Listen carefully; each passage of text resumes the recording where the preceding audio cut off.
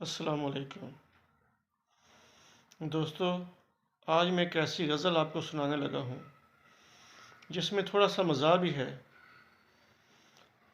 इसमें एक आदमी है जो अपनी बेगम के जुल्म सितम का शिकार हो जाता है और वो बात थाने तक पहुँच जाती है और कैसे उसकी जान छूटती है, कैसे वो अपनी जान छुड़ाता है, कैसे फिर वो माफ़ी मांगता है, यह आप सुन लीजिएगा।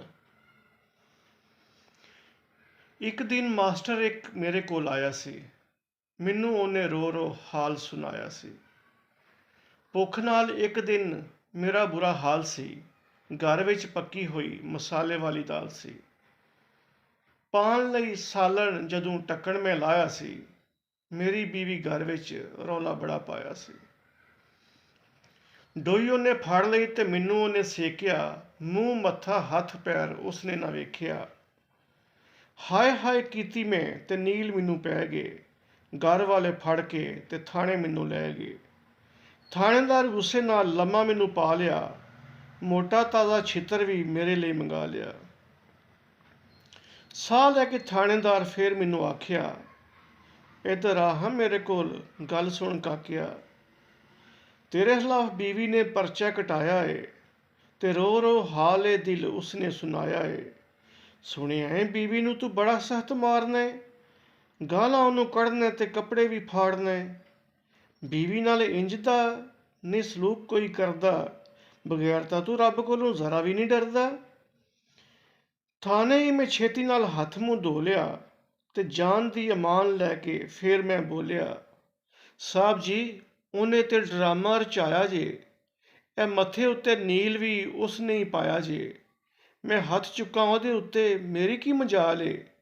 ਸਾਡਾ ਸਾਰਾ ਮੁਹੱਲਾ ਵੀ ਤੇ ਮੇਰੀ ਬੀਵੀ ਨਾਲ ਏ। ਹੱਥ ਕੀ ਚੁੱਕਣਾ ਏ, ਮੈਂ ਤੇ ਉੱਚਾ ਨਹੀਂ ਜੇ ਬੋਲਦਾ। ਮੈਂ ਕੰਮ ਸਾਰੇ ਕਰਨਾ ਤੇ ਲੱਭ ਨਹੀਂ ਜੇ ਖੋਲਦਾ। ਕੁੱਟਿਆ ਸੀ ਮੈਨੂੰ ਉਹਨੇ ਗ੍ਰੇਬਾਨ ਫੜ ਕੇ, ਸੱਟਾਂ ਮੈਨੂੰ ਮਾਰੀਆਂ ਉਹਨੇ ਥੱਲੇ ਧਰ ਕੇ। ਮੇਰੀ ਆਵਾਜ਼ ਸੁਣ ਕੇ ਮੁਹੱਲੇ ਵਾਲੇ ਆ ਗਏ, ਲੜਾਈ ਸਾਡੀ ਵੇਖ ਕੇ ਉਹ ਘਬਰਾ ਗਏ। ਬੰਦੇ ਉਹਨੇ ਵੇਖੇ ਤੇ ਛੁਰੀ ਉਹਨੇ ਫੜ ਲਈ, ਜ਼ੋਰ ਨਾਲ ਛੁਰੀ ਮੇਰੇ ਗਲੇ ਉੱਤੇ ਧਰ ਲਈ। ਚੁੱਕ ਚੁੱਕ ਮੈਨੂੰ ਉਹਨੇ ਮੰਜੀ ਉੱਤੇ ਸੁੱਟਿਆ, ਵਾਲਾਂ ਤੋਂ ਫੜ ਕੇ ਤੇ ਮੈਨੂੰ ਬੜਾ ਕੁੱਟਿਆ। ਮੈਨੂੰ ਛਡਾਉਣ ਲਈ ਘੇਰਾ ਲੋਕਾਂ ਪਾ ਲਿਆ, ਰਲ ਮਿਲ ਸਾਰਿਆਂ ਢਿੱਲ ਸਾਰਾ ਲਾ ਲਿਆ। ਬੀਵੀ ਮੇਰੀ ਤਗੜੀ ਤੇ ਨਾਲੇ ਜਵਾਨ ਸੀ, ਛਡਾਈਏ ਕਿਵੇਂ ਅਸੀਂ ਇਹਨੂੰ, ਸਾਰੇ ਪਰੇਸ਼ਾਨ ਸੀ।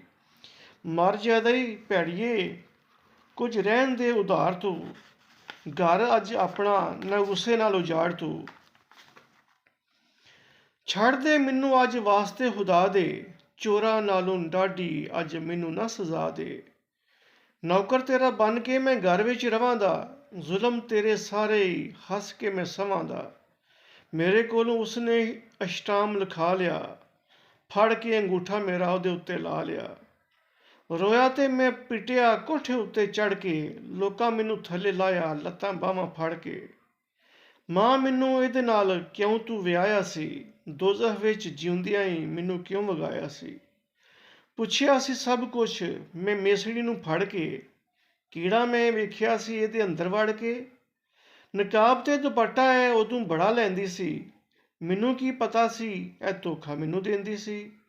ਵੇਖ ਕਿੰਨੀ ਫੱਫੇ ਕੁੱਟਣ ਇਸ ਦੀ ਮਾਂ ਸੀ, ਉਦੋਂ ਮੇਰੀ ਹਾਂ ਨਾਲ ਮਿਲਾਂਦੀ ਉਹ ਹਾਂ ਸੀ। ਪੁੱਤਰ ਔਖਾ ਸੌਖਾ ਹੁਣ ਤੇ ਨਬਾ ਤੂੰ, ਹੁਣ ਉਮਰ ਕੈਦ ਦੀ ਕੱਟ ਲੈ ਸਜ਼ਾ ਤੂੰ। ਮੀਡੀਆ ਦੀ ਟੀਮ ਵੀ ਕਿਸੇ ਨੇ ਬੁਲਾ ਲਈ, ਫਿਲਮ ਮੇਰੀ ਉਸਨੇ ਲਾਈਵ ਚਲਾ ਲਈ। ਫਿਰ ਸਾਡੇ ਮੁਹੱਲੇ ਦੇ ਮੌਲਵੀ ਸਾਹਿਬ ਆ ਗਏ, ਸਾਹਮਣੇ ਮੇਰੀ ਅੱਖਾਂ ਦੇ ਕਾਲੇ ਬੱਦਲ ਛਾ ਗਏ। ਮੌਲਵੀ ਸਾਹਿਬ ਹੁਦਾਰਾ ਮੂੰਹ ਨਾ ਖੋਲਿਓ, ਕੋਈ ਬੋਲ ਚੰਗਾ ਮੰਦਾ ਨਾ ਮੂੰਹ ਵਿੱਚੋਂ ਬੋਲਿਓ। ਮੌਲਵੀ ਸਾਹਿਬ ਬੀਵੀ ਮੇਰੀ ਬੜੀ ਚੰਗੀ ਏ ਤੇ ਕਦੀ ਕਦੀ ਘਰ ਵਿੱਚ ਪੈ ਜਾਂਦੀ ਭੰਡੀ ਏ। ਆਜ਼ਾਦੀ ਨਾਲ ਮੌਲਵੀ ਜੀ ਚੰਗੀ ਐ ਸੀਰੀ ਏ, ਮੈਂ ਕਿਵੇਂ ਉਹਨੂੰ ਛੱਡ ਦਿਆਂ, ਆਖਰ ਮੇਰੀ ਬੀਵੀ ਏ। ਕੀ ਹੋਇਆ ਮੈਨੂੰ ਉਹ ਮਾਰਦਿਆਂ ਨਹੀਂ ਡਰਦੀ, ਆਖਰ ਮੌਲਵੀ ਸਾਹਿਬ ਉਹ ਮਾਲਕਾਂ ਨੇ ਘਰ ਦੀ। ਸੁਣਾ ਕੇ ਸਾਰੀ ਗੱਲ ਚੁੱਪ ਮੈਂ ਹੋ ਗਿਆ, ਥਾਣੇਦਾਰ ਆਵਾਜ਼ ਦਿੱਤੀ, ਕਾਕਾ ਕਿਆ ਤੂੰ ਸੋ ਗਿਆ? ਥਾਣੇਦਾਰ ਆਖਿਆ, ਗੱਲ ਮੇਰੀ ਸੁਣ ਲੈ, ਕੰਨਾਂ ਵਿੱਚ ਆਪਣੇ ਰੂਈ ਭਾਵੇਂ ਤੁੰਨ ਲੈ। ਹੁਣ ਤੇਰੀ ਕਦੇ ਵੀ ਸ਼ਿਕਾਇਤ ਮੈਨੂੰ ਆਵੇ ਨਾ, ਤੇ ਘਰ ਵਿੱਚੋਂ ਕੋਈ ਵੀ ਇਸ ਨੂੰ ਸਤਾਵੇ ਨਾ। ਚੱਲ ਉੱਠ ਮੇਰੇ ਕੋਲੋਂ ਦਫਾ ਦੂਰ ਹੋ ਜਾ ਮਾਫੀ ਮੰਗ ਬੀਵੀ ਕੋਲੋਂ ਤੇ ਘਰ ਜਾ ਕੇ ਸੋ ਜਾ। ਮੈਂ ਸੋਚਿਆ ਦਾਲ ਵਿੱਚ ਕਾਲਾ ਕੋਈ ਜ਼ਰੂਰ ਏ, ਮਾਰ ਵੀ ਮੈਂ ਖਾਵਾਂ ਤੇ ਮੇਰਾ ਹੀ ਕਸੂਰ ਏ। ਲੱਗਦਾ ਏ ਥਾਣੇਦਾਰ ਰਿਸ਼ਵਤ ਖਾ ਗਿਆ, ਜਾਨ ਬਚਾ ਕੇ ਮੈਂ ਥਾਣੇ ਵਿੱਚੋਂ ਆ ਗਿਆ। ਬੀਵੀ ਮੈਨੂੰ ਵੇਖਿਆ ਤੇ ਸਾਹਮਣੇ ਖਲੋ ਗਈ। ਵੇਖਿਆ ਅਕਲ ਤੇਰੀ ਕਿਵੇਂ ਸਿੱਧੀ ਹੋ ਗਈ। ਬੀਵੀ ਕੋਲੋਂ ਮੰਗੀ ਮਾਫੀ ਮੈਂ ਦੋਵੇਂ ਕੰਨ ਫੜ ਕੇ, ਖਾਵਾਂਗਾ ਮੈਂ ਹੁਣ ਰੋਟੀ ਜ਼ਰਾ ਠੰਡੀ ਕਰਕੇ।